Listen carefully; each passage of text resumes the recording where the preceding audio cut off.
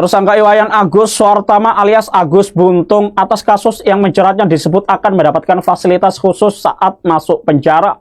Hal itu dikarenakan Agus merupakan penyandang disabilitas yang kebutuhannya berbeda.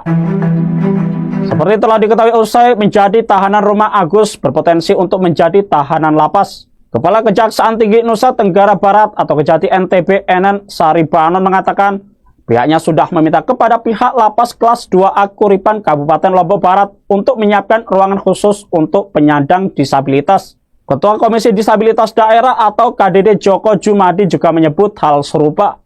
Pihaknya menyebut sudah melakukan pemeriksaan ruangan yang akan ditempati Agus di Lapas Kelas 2A Kuripan bila sewaktu-waktu ditetapkan sebagai tahanan lapas. Joko menyebut tersangka meskipun dalam kondisi disabili berpotensi menjadi tahanan lapas dengan catatan ruangan yang akan ditempati layak untuk penyandang disabilitas. Kepada seluruh rakyat Indonesia dan netizen Republik Indonesia, mari kita berpikir secara logika terkait kasus yang sedang viral, di mana sebuah peristiwa yang telah terjadi di Nusa Tenggara Barat. Seorang pria disabel ataupun penyandang disabilitas bernama Agus telah melakukan pelecehan seksual ataupun perkosaan kepada wanita yang mencapai 17 korban. Oleh karena itu teman-temanku, bahwa bagaimanakah peristiwa itu telah terjadi, apakah memenuhi secara unsur pidana atau tidak, tentunya akan memiliki sebuah multitafsir yang berbeda-beda teman-temanku. Kita mengacu pada hukum pembuktian di Republik Indonesia itu teman-temanku, berdasarkan kita Undang-Undang Hukum Acara Pidana pasal 183, di mana 5 alat bukti yang sah, keterangan saksi, ahli, surat petunjuk, dan juga keterangan terdakwa. Dan di situ semua harusnya dibuktikan secara nyata di depan persidangan nantinya. Dan mengacu pada pasal 183, di mana hakim tidak boleh menjatuhkan pidana kepada seorang terdakwa apabila tidak atau setidak-tidaknya 2 alat bukti yang sah. Oleh karena itu kawan-kawanku, marilah kita membahas secara unsur pidana. Secara unsur pidana yang telah terdapat pada pasal 285 Kitab Undang-Undang Hukum Pidana terkait dengan perkosaan, adanya beberapa unsur yang harus kita tahu di situ. Adanya pemaksaan, adanya kekerasan, ancaman. Oleh karena itu, apakah ada pemaksaan atau tidak? Mengacu pada pengertian perkosaan yang dimana berasal dari bahasa Latin ataupun disebut rape, yang memiliki pengertian yaitu untuk pemaksaan dan juga kekerasan. Artinya bahwa ketika hal ini dapat kita analisis secara logika saya, bahwa saat ini dengan peristiwa, dengan informasi yang beredar, apabila ini benar bahwa Agus juga berulang kali melakukan hubungan badan kepada korban, dan juga pada satu tempat di mana sebuah hotel di sana dia juga berkali-kali melakukan. Oleh karena itu saya dapat katakan bahwa secara hukum pidana tidak memenuhi unsur sebagaimana unsur pemaksaan dan juga kekerasan. Apa yang seharusnya saya sampaikan di sini teman-temanku, sebagai perbandingan kita, sebagai juga pemahaman kita, bahwa di Indonesia telah diatur bahwa bagaimanakah sebuah peristiwa itu telah terjadi berdasarkan fakta ataupun berdasarkan waktu dan tempat. Logus dan tempusnya itu harus ada. Oke, logus dan tempusnya itu sudah ada, memang benar sudah ada. Tetapi terkait dengan perbuatan yang memenuhi unsur, tentunya saat ini saya katakan bahwa Agus tidak memenuhi unsur tersebut. Kita mengacu pada pemaksaan dan juga kekerasan ataupun juga ancaman. Saat ini apa yang beredar informasi bahwa adanya ancaman yang dilakukan oleh Agus Buntung kepada korban melalui chattingan dan juga rekaman adanya. Saya katakan bahwa saat ini bahwa ancaman yang telah disampaikan oleh saksi korban saat ini bukan merupakan sebuah alat bukti, tetapi ini hanya bukti petunjuk saja. Kemudian teman-temanku, bahwa ketika pemaksaan terjadi, seharusnya apabila pihak korban pada saat itu harusnya melakukan penolakan dong. Harusnya berteriak ketika itu terjadi perkosaan kepada mereka.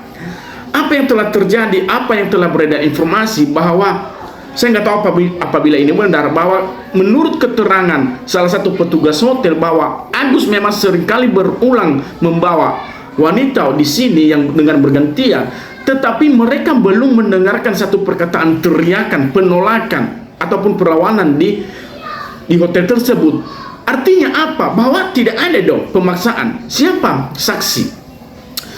Kemudian teman-temanku, mengacu pada perbuatan, pada tindakan saat itu, beredar informasi bahwa Agus melakukan. Saat ini Agus penyandang disabilitas, tidak memiliki kedua tangan. Siapakah yang melakukan ataupun yang memulai pergerakan pada saat itu? Secara analogi, yang beredar informasi bahwa yang membuka pakaian adalah pihak korban. Artinya bahwa dia yang melakukan perbuatan awal. Asal kalian tahu teman-temanku, bahwa ini wanita dan juga laki-laki sama dengan subjek hukum, sama halnya subjek hukum. Bukan hanya kepada perempuan dijadikan sebagai korban perkosaan, pria juga bisa dijadikan sebagai korban perkosaan. Artinya bagaimana sebuah peristiwa itu terjadi, siapakah pelaku yang sebenarnya, harus dapat dibuktikan.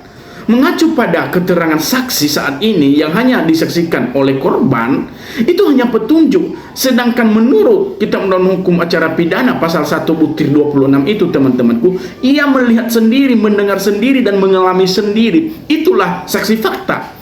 Namun terkait dengan saksi yang para ahli nantinya, tentunya perbedaan pendapat para ahli nantinya membuat suatu kesimpulan berdasarkan keyakinan hakim untuk memutuskan sebuah perkara berdasarkan pasal 183 itu teman-temanku. Teman-temanku seluruh rakyat Indonesia, bahwa kalau kita membuka Kitab Undang-Undang Hukum Acara Pidana tentang kesaksian-kesaksian dimulai dari pasal 185 sampai hingga 187, 188, itu ada bagaimana keterangan-keterangan saksi di situ, termasuk saksi ahli. Tentunya saat ini kawan-kawanku, kita secara analogi, secara berpikir, karena ini adalah hukum yang berlaku di Republik Indonesia, bahwa Agus saat ini tidak memenuhi unsur. Namun pada moral dan juga normal-normal yang berlaku, yang melanggar kesusilaan, yang melanggar norma adat, kesopanan, tentu itu mungkin itu terjadi, mungkin itu memenuhi. Tetapi apakah memenuhi unsur atau tidak? Tentunya saat ini belum memiliki unsur, belum memenuhi unsur tersebut, kawan-kawanku. Itulah analogi kita.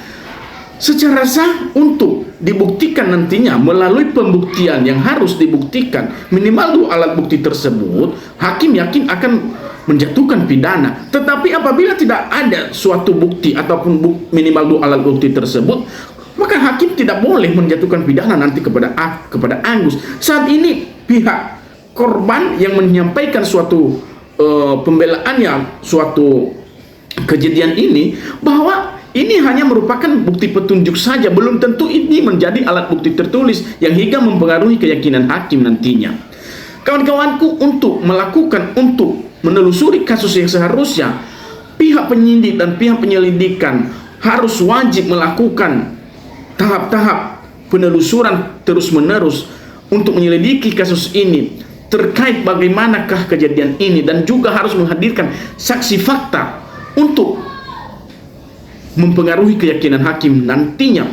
Jangan nanti hukum ketika diputuskan Agus sebagai terpidana nantinya, apabila belum memenuhi unsur pemaksaan dan juga kekerasan disertai dengan ancaman, itu nggak mungkin hakim menjatuhkan pidana. Dan apabila itu dijatuhkan, ini saya rasa bahwa cacat hukum nantinya. Teman-temanku seluruh rakyat Indonesia, tentunya berbagai multitafsir akan lahir. Untuk menentukan hal ini, harusnya juga Agus nanti dapat diperiksa kejiwaannya melalui forensik